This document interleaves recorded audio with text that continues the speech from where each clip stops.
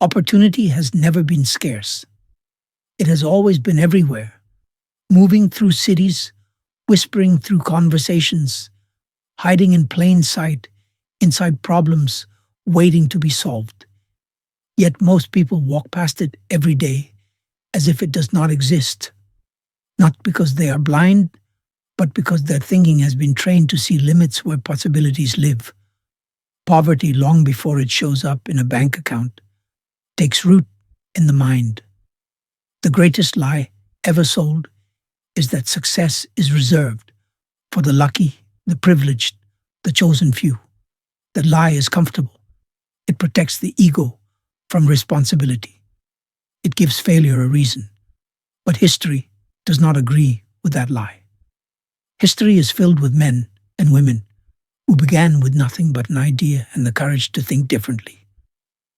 Napoleon Hill warned of this danger decades ago. He called it drifting, the slow, silent habit of letting life decide for you. The drifter waits, the drifter reacts. The drifter consumes opinions instead of forming convictions. And over time, the drifter mistakes familiarity for truth. What feels normal becomes what feels possible. Most people are not poor because of money. They are poor because of borrowed beliefs. Beliefs inherited from parents who meant well but lived cautiously, from schools that taught obedience instead of imagination, from societies that reward conformity and punish boldness. And once these beliefs settle into the subconscious, they begin issuing commands. The mind is a filter. It does not show you reality. It shows you what it has been conditioned to look for. If you believe opportunity is rare, you will not notice it when it knocks. If you believe success is dangerous, you will sabotage it when it arrives. If you believe wealth changes people, you will unconsciously push it away to protect your identity. Look at Thomas Edison. Thousands of failures did not signal defeat to him. They confirmed progress. That was not optimism. That was trained thinking.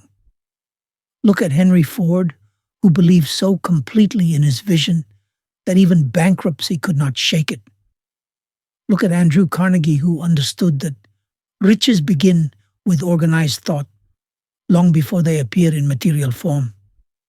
They did not think like the crowd. And that is the point. Crowd thinking produces average lives. It teaches you to trade time for security, dreams for comfort, potential for approval. It trains you to ask, what if it doesn't work? Instead of what if it does? It glorifies busy exhaustion and mocks deliberate growth. A poor mind focuses on obstacles. A wealthy mind focuses on solutions. A poor mind asks, how much does it cost? A wealthy mind asks, how can this pay me back? A poor mind waits for certainty. A wealthy mind understands that certainty is created by action. Clarity is the first rebellion. When you decide what you want, not vaguely, not someday, but precisely, you disrupt years of mental programming. Definiteness of purpose. Hill taught is the foundation of all fortune. A mind without direction will accept any destination. And most people are living lives they never consciously chose. Vision changes behavior. When you can see yourself clearly in a future you respect, discipline stops feeling like punishment. It becomes alignment. You wake up differently. You move with intent. Distractions lose their grip because they do not serve the vision. But vision alone is not enough. Belief must be reinforced through action. The mind learns by doing. Each disciplined step, no matter how small, rewires identity. You stop seeing yourself as someone who tries and start seeing yourself as someone who follows through. This is where most people retreat. Not because the path is hard, but because it demands consistency.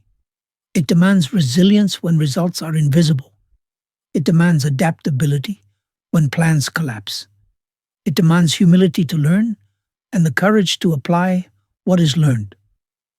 Walt Disney was told he had no imagination.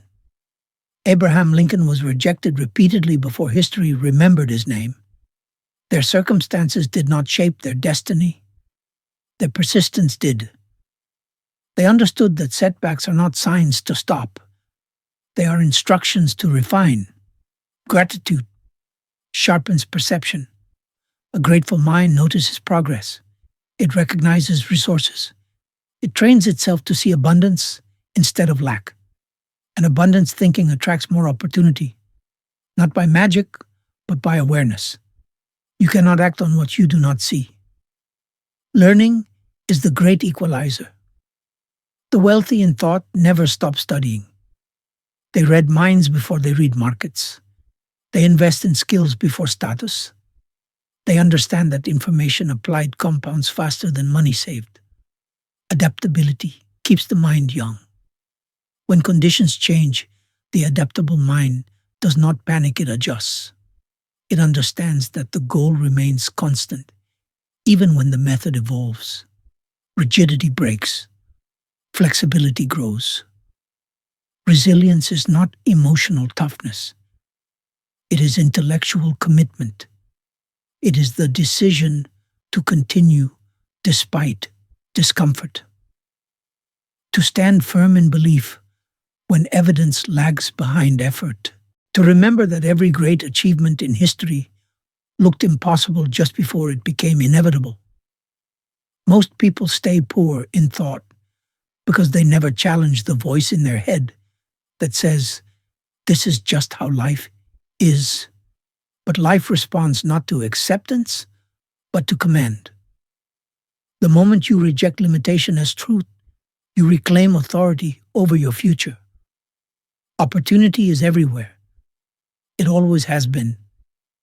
The only question is whether your thinking is trained to recognize it or trained to explain it away. Change the way you think, and you do not just change what you see. You change what you become.